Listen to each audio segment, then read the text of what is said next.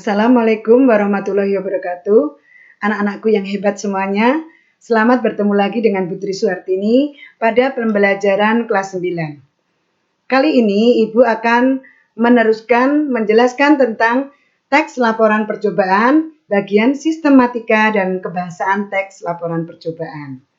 Anak-anakku semua yang Ibu sayangi, di dalam teks laporan percobaan, selain disajikan dalam bentuk eksplanasi dan deskripsi, laporan percobaan dapat juga disajikan secara sistematik seperti penulisan karya ilmiah.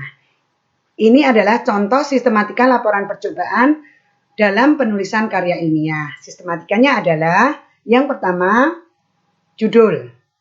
Di situ nanti ditampilkan judul percobaan kita itu apa, dituliskan. Kemudian objek. Objek itu adalah sesuatu yang kita teliti, kita lakukan percobaan itu, dituliskan juga. Kemudian yang ketiga, pelaku percobaan. Siapa yang melakukan percobaan? Yang keempat, tempat dan waktu percobaan. Tempat dan waktu percobaan itu adalah tempat di mana percobaan itu dilakukan dan kapan waktu percobaan itu dilakukan. Yang kelima adalah tujuan. Tujuan dari dilakukannya percobaan itu. Tujuannya untuk apa? Kemudian yang keenam, kajian teori. Dalam kajian teori ini adalah hal-hal yang bersifat teoritis atau hal-hal yang bersifat ilmiah yang dicantumkan di situ secara keilmuan. Kemudian yang ketujuh adalah bahan dan alat. Bahan apa saja yang digunakan dalam melakukan percobaan itu.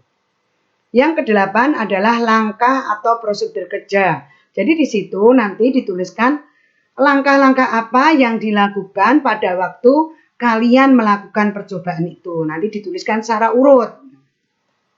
Kemudian yang kesembilan adalah dituliskan hasil laporan percobaannya. Yang kesepuluh pembahasannya. Kemudian yang 11 adalah simpulan. Yang ke-12 adalah daftar pustaka. Baik anak-anak semuanya, sekarang kita lihat contoh model sistematika laporan percobaan yang secara penulisan ilmiah. Yang pertama adalah judul. Ini contohnya.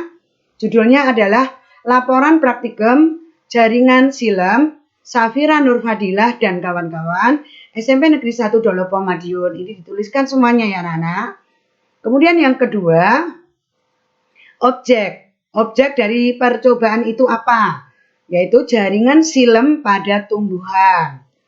Yang ketiga adalah pelaku percobaan, yaitu Safira Nurfadilah dan kawan-kawan. Karena ini di sini kelompok, tidak dituliskan semuanya, ditulis dan kawan-kawan. Kemudian yang keempat, tempat dan waktu percobaan. Tempatnya di mana? Tempatnya di SMP Negeri 1 Dolopo Madiun.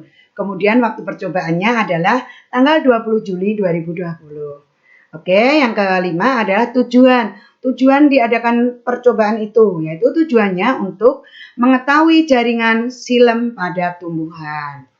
Selanjutnya anak-anakku adalah kajian teori. Ya, jadi anak-anak nanti bisa membuka di buku IPA atau apa, karena ini kan kini percobaan tentang jaringan silem itu ada di mata pelajaran IPA. Anak-anak bisa membuka di buku IPA tentang apa toh itu jaringan silem. Nah nih, jadi tuliskan silem merupakan jaringan kompleks. Silem tersusun dari beberapa tipe sel yang berbeda. Penyusun utamanya adalah trakeid dan trachea dan sebagainya seperti ini ya. Ini contohnya. Ini masih banyak lagi. Nanti kamu bisa menerangkan lebih banyak lagi tentang silem itu tadi. Kemudian selanjutnya yang ke-7 adalah alat dan bahan. Alat dan bahan yang digunakan untuk melakukan percobaan jaringan silem pada tumbuhan itu apa saja? Yaitu yang pertama, nih, cutter, 2 buah tanaman pacar air, 2 botol air mineral, 2 saset pewarna makanan biru dan merah. Yang selanjutnya air secukupnya. Ini adalah alat dan bahan. Selanjutnya yang kalian tuliskan adalah langkah-langkah. Nah, di sini kalian tuliskan secara urut langkah-langkah pada waktu melakukan percobaan itu ya. Yang pertama adalah menyiapkan alat dan bahan yang dibutuhkan. Tentu saja itu yang harus kalian siapkan. Kita akan melakukan percobaan, bahan dan alatnya harus disiapkan terlebih dahulu. Kemudian yang kedua, membersihkan akar tanaman pacar air dari tanah yang masih menempel. Jadi tadi kan ada 2 tanaman pacar air. Kemudian yang satu kita bersihkan dulu akar tanamannya ya dari tanah yang menempel. Yang ketiga, salah satu dari tanaman pacar air itu akarnya kita potong. Kemudian selanjutnya membiarkan akar tanaman pacar air yang kedua tetap utuh. Nanti kamu tulis setelah itu bagaimana dan sebagainya ini dan seterusnya ya. Langkah-langkahnya banyak. Kemudian setelah langkah-langkah sudah kita tuliskan, sekarang hasil pengamatan nih. Kita amati pada waktu kita mengadakan percobaan itu dari langkah-langkah kemudian kita amati ya. Yang pertama, tanaman pacar air yang akarnya masih utuh. Yang kedua adalah tanaman pacar air yang tidak ada akarnya. Nah, di sini kita lihat perubahannya pada hari pertama dan hari kedua. Pada hari pertama, pada tanaman pacar air yang akarnya masih utuh, itu pada pangkal batang di dalamnya mulai terlihat ada pembuluh yang berwarna biru. Kemudian pada perubahan yang terjadi pada hari kedua, daun dan pembuluh silem tampak berwarna biru. Ini ada perubahannya seperti ini. Kemudian tanaman pacar air yang tidak ada akarnya, nanti kita beri warna beda ya. Kalau yang masih ada akarnya diberi warna biru, pewarna makanan biru, sedangkan yang tidak ada akarnya kita beri pewarna makanan yang berwarna merah. Kemudian hasilnya pada hari pertama kita lihat pada pangkal batang di dalamnya mulai terlihat ada pembuluh yang berwarna merah. Kemudian pada hari kedua juga terjadi perubahan. Daun dan pembuluh silem tampak berwarna merah. Nah, ini hasil pengamatannya. Kemudian berdasarkan hasil pengamatan ini, kita tuliskan dalam pembahasan. Nih, pembahasannya nih dituliskan dari hasil pengamatan tadi.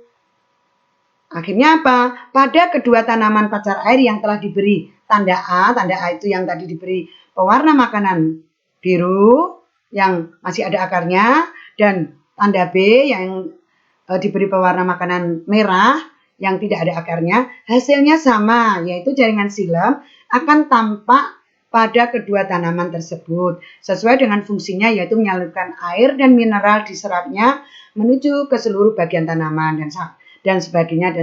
Nanti di sini ya, nanti anak-anak bisa membaca lebih lanjut seperti ini. Oke, selanjutnya yang ke-11 adalah kesimpulan. Nah, dari hasil percobaan itu, dari langkah-langkah dan sebagainya sampai pembahasan, kita simpulkan. Kesimpulannya apa? Yaitu pada tanaman pacar air yang ada atau tidak ada akarnya tidak mempengaruhi, karena pada batang juga terdapat pembuluh silem. Pada tanaman tersebut akan berubah warna menjadi merah dan biru. Ini kesimpulannya ya. Kemudian selanjutnya adalah daftar pustaka. Jadi tetap pada waktu kita membuat sebuah teks laporan percobaan, daftar pustaka itu perlu ya. Daftar pustaka itu apa? Yaitu rangkaian daftar tulisan yang berisikan berbagai sumber atau referensi yang berasal dari buku, jurnal, atau internet. Contohnya seperti ini anak-anak ya. Ari Kunto Suharsini titik 1991 prosedur penelitian suatu pendekatan praktik Yogyakarta Rineka Cipta. Nah, ini seperti ini. Nanti untuk pembahasan cara menuliskan daftar pustaka akan dibahas pada pertemuan selanjutnya. Oke. Bagaimana anak-anak? Sudah paham tentang sistematika teks laporan percobaan? Sudah paham? Baik, kalau sudah paham, kita melanjutkan kepada pembahasan ciri kebahasaan teks laporan percobaan. Perlu dipahami anak-anak, setiap teks masing-masing mempunyai ciri khas kebahasaan tersendiri. Ya. Ciri kebahasaan yang umumnya ada pada teks laporan percobaan, itu yang pertama adalah menggunakan aspek umum atau kelompok generik. Yang kedua, menggunakan kata tugas. Yang ketiga, menggunakan kalimat aktif dan menggunakan kata kerja aktif. Yang keempat, tidak ada urutan waktu tetapi menggunakan urutan kegiatan. Ya, tadi seperti langkah-langkah itu kan urutan kegiatannya, bukan urutan waktu.